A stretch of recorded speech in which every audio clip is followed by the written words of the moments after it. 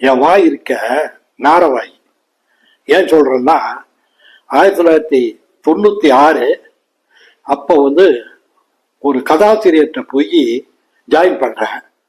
நான் திரைப்பட உலகத்துல இருந்துட்டு இருக்கேன். அப்ப அவர் 350 படத்துக்கு மேல கதை வசனம் எழுதியிருக்காரு. சில படங்கள் டைரக்ட் பண்ணியிருக்காரு, சில படங்கள் ப்ரொடியூஸ் பண்ணியிருக்காரு. ஒரு கதை நான் சொல்றேன் அப்படின்னு ஒரு கதையை சொன்னாரு. எப்படி இருக்கு இந்த கதை அப்படின்னு கேட்டாரு. நல்லா இருக்கா, சூப்பரா இருக்கு சார். யார் சார் நடிக்கிறாங்க அப்படின்னா, அரவிந்தசாமி, ஹிந்தி நடிகை கஜோல், அப்புறம் பிரபுதேவா.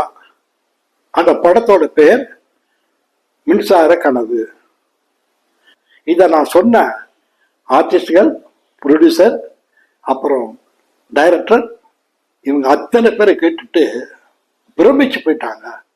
இப்படி ஒரு கதை இதுவரைக்கும் தமிழ் திரைப்பட உலகத்திலேயே வந்தது இல்லைன்னு ரொம்ப பில்டப் பண்ணி சொல்லிட்டே இருந்தாரு.